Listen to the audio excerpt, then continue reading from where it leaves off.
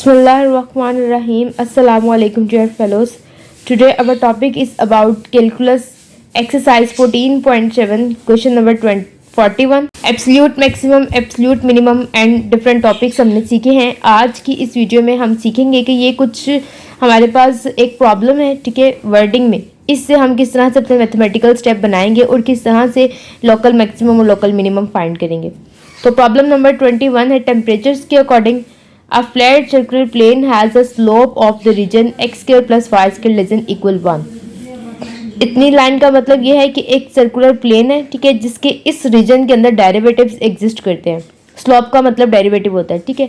तो अब ये देखें, x square plus y square अगर लेस देन 1 होता तो इट्स मीन 1 इंक्लूड नहीं था, 1 से नीचे वाला सारा पोर्शन होता. लेकिन यहाँ पर लेस देन के साथ इक्वल भी है, इट्स मीन 1 इंक्लूड है और 1 से नीचे वाले सारे पॉइंट्स पे डेरिवेटिव एग्जिस्ट करते हैं.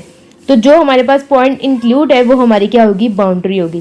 तो ये उसने नेक्स्ट लाइन लिखी है, the plane including the boundary where x square plus y square equal 1. ठीक है, ये बाउंड्री का कॉन्सेप्ट मैंने कुछ यहाँ इस तरह, ये एक प्लेन लिया, ठीक है, ये उसका वाई कोऑर्डिनेट है, ये उसका एक्स एक्सिस है, ठीक है, ये वाई एक्सिस है, ये एक्स एक्सिस है और ये एक कार्टेशियन प्रोडक्ट है. अब अगर इसमें 1 मेरे पास इंक्लूड होगा तो 1 पे जो मैं सर्कल ड्रॉ करूँगी वो क्लोज्ड होगा, मतलब वो पूरा उसकी बाउंड्री भी आएगी, ठीक है. और अगर 1 मेरे पास इंक्लूड ना हो तो जो 1 पे मैं सर्कल ड्रॉ करूँगी वो डॉटेड होगा, ठीक है. इट्स मीन कि 1 हमारे पास रीजन शामिल नहीं है.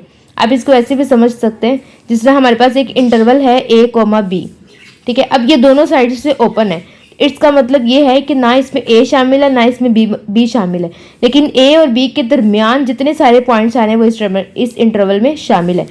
अगर मैं a को एक साइड से क्लोज कर दूँ और b को ओपन रहने दूँ तो इट्स मीन कि इस इंटरवल में अब वो सारे पॉइंट आ रहे हैं जिसमें a भी शामिल है, ठीक है, और b से पहले तक के सारे पॉइंट शामिल है, b खुद शामिल नहीं है.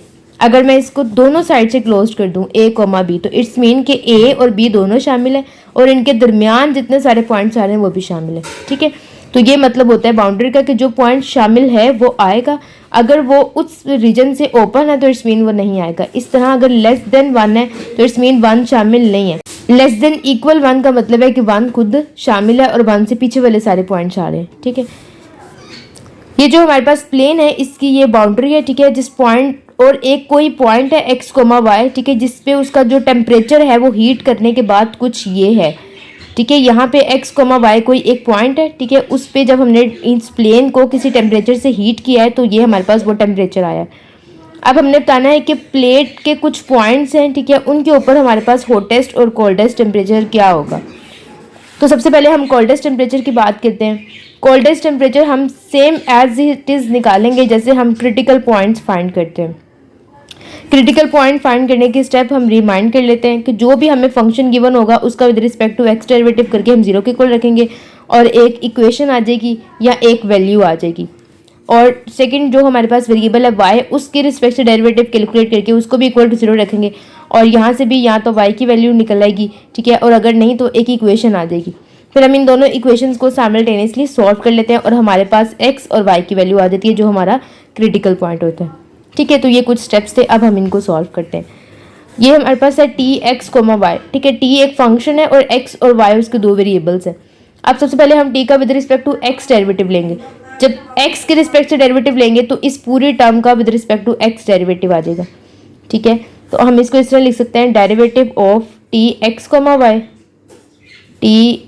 y, ठीक है, जो कि बराबर है derivative of x square plus 2y square और minus x.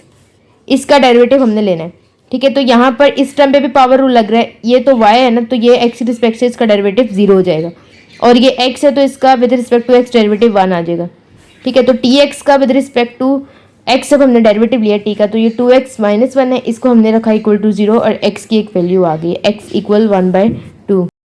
Second variable y के रिस्पेक्ट से हम इसका डेरिवेटिव लेंगे ty, तो इसका जो डेरिवेटिव है 2y स्क्वायर वाली टर्म, इसका डेरिवेटिव आ जाएगा 4y. इस टर्म को हम इक्वल टू 0 रखेंगे, ठीक है. तो 4y इक्वल टू 0, यहाँ से y आ जाएगा 0. तो ठीक है, सेम वही स्टेप थे, हमने with respect to x derivative लेके इक्वल टू 0 रखना है और यहाँ से x की वैल्यू मिल गई. अगर वैल्यू नहीं मिलेगी तो कोई एक इक्वेशन मिल जाएगी जिसमें x और y दोनों होंगे, ठीक है. फिर टी वाई के रिस्पेक्ट से डेरिवेटिव लेंगे, उसको इक्वल टू 0 रखेंगे और हमारे पास नेक्स्ट वैल्यू आ जाएगी। तो ये एक्स और वाई की वैल्यूज आ गई हैं, जो मेरा क्या था, क्रिटिकल पॉइंट। ठीक है, नेक्स्ट स्टेप ये होता है कि जो भी क्रिटिकल पॉइंट हम फाइंड करते हैं, सबसे पहले हम उसको अपने फंक्शन में पुट करते हैं। फंक्शन यानी कि जो सवाल हमें दिया होता है। ठीक है, तो यहाँ x की जगह 1/2 और पुट करने के बाद ये इन सब में पुट हो गया। ठीक है, इसको आपने थोड़ा सा सॉल्व करना है। तो ये जो t की वैल्यू है वो -1/4 आ जाएगी। जो t को 1/2 को मजीद हमने क्रिटिकल पॉइंट पुट किया है, वहाँ से -1/4 डिग्री आ रहा है। ठीक है, जो कि हमारा क्या है, कोल्डेस्ट टेम्परेचर है। अब हम आएंगे हॉटेस्ट टेम्परेचर फाइंड करने की तरफ। ये जो हमारे पास बाउंड्री वाला रीजन हमें गिवन है, ठीक है, इससे हम निकालेंगे y की वैल्यू, x² + y² = 1। यहाँ से y² की वैल्यू आ जाएगी 1 - x²। अब ये y² की वैल्यू हम अपने t फंक्शन में पुट करेंगे। यहाँ y² है ना, तो y² की जगह क्या आ जाएगा, 1 - x²। बाकी t का सारा जो है सिस्टम वो ऐसे ही रहेगा। यहाँ से 2 अंदर मल्टीप्लाई हो जाएगा। ठीक है, और ये कुछ सॉल्व होगा तो t की जो वैल्यू है वो ये आ जाएगी। अब हमने लेना है, क्योंकि t के अंदर सारे वेरिएबल्स x के हैं। ठीक है, तो हमने क्योंकि y की जगह हमने पुट ही x कर दिया है, तो हम t का with respect to x derivative लेंगे। ठीक है, फर्स्ट डेरिवेटिव लेना है, इसलिए जस्ट सिंगल डैश आएगी। आप इसको ऐसे भी लिख सकते हैं फर्स्ट डेरिवेटिव को, कि हम t का x के रिस्पेक्ट से डेरिवेटिव ले रहे हैं। तो जब x के रिस्पेक्ट से डेरिवेटिव लेंगे तो ये 2 पहले आ जाएगा और पावर में से कम हो जाएगा। ठीक है, ये 2 with respect to x derivative करेंगे 0 हो जाएगा और x का डेरिवेटिव 1 आ जाएगा। और हम क्या करते हैं, जो भी डेरिवेटिव हम कैलकुलेट करते हैं उसको इक्वल टू 0 रखते हैं। ठीक है, 0 रखने से x की वैल्यू आ जाएगी -1/2। एक वैल्यू आ गई। ठीक है, इससे हमने y की वैल्यू कैलकुलेट करनी है, तो put in value of y। ठीक है, इस x को हम पुट करेंगे इस y की वैल्यू में। चूंकि y का स्क्वायर है तो हमें पता चल रहा है कि स्क्वायर के हमेशा 2 आंसर्स आते हैं। ठीक है, तो इट्स मीन कि y के 2 आंसर निकलेंगे।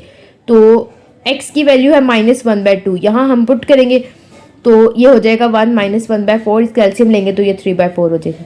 अब y स्क्वायर है तो अंडर रूट स्क्वायर खत्म करने के लिए मैं इसका भी और इस साइड का भी 3/4 दोनों का लूँगी स्क्वायर रूट। तो y आ जाएगा ±√3/2, क्योंकि 4 का जो स्क्वायर है वो 2 होता है।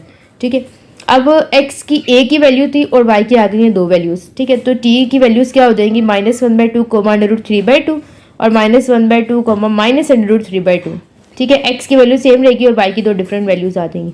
अब हमने क्या करना है, हमें पता है कि जब भी हम अपने क्रिटिकल पॉइंट फाइंड कर लेते हैं तो हम क्या करते हैं, उनको अपने फंक्शन में पुट करते हैं। तो t फंक्शन में हम ये वैल्यू पुट करेंगे। ठीक है, आप देखेंगे कि इस वैल्यू को t में पुट करने से और इस वैल्यू को t में पुट करने से दोनों में फ़र्क क्या है, y की वैल्यू का। ठीक है, जिसमें साइन का फ़र्क है। तो दोनों वैल्यूज़ को जब आप t फंक्शन में पुट करेंगे, t फंक्शन जो कि ये फंक्शन है x² + 2y² - x, यहाँ x की जगह पुट करेंगे -1/2 और y की जगह पुट करेंगे √3/2। ठीक है, फिर आप दोबारा से x की जगह -1/2 और y की जगह -√3/2।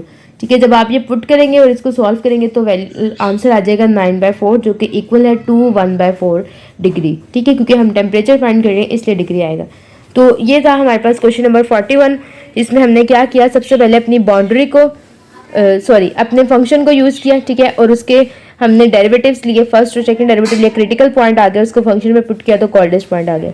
हॉटेस्ट टेम्परेचर फाइंड करने के लिए हमने अपने इस बाउंड्री को यूज़ किया है, क्योंकि बाउंड्री के ऊपर उसने हीटेड की बात की थी, हीटेड टेम्परेचर उसने बाउंड्री पे बात की थी, इसलिए हमने बाउंड्री की वैल्यू को हॉटेस्ट टेम्परेचर के लिए यूज़ किया है। ठीक है, यहाँ से हमने y² की वैल्यू निकाली और उसको फंक्शन में पुट करके x की वैल्यू निकाली, और x से हमने वापस y की वैल्यूज निकाल के हमने फंक्शन में पुट की, तो हमारे पास क्रिटिकल पॉइंट, ये दोनों हमारे क्रिटिकल पॉइंट्स हैं। ठीक है, और इनको हमें पता है कि क्रिटिकल पॉइंट को हम फंक्शन में पुट करते हैं। फंक्शन में पुट करने के बाद हमारे पास जो आया है टेम्परेचर, वो क्या है, हॉटेस्ट टेम्परेचर। नेक्स्ट वीडियो में हम इंशाल्लाह क्वेश्चन नंबर 42 डिस्कस करेंगे। जज़ाकल्लाह and thank you for watching this video.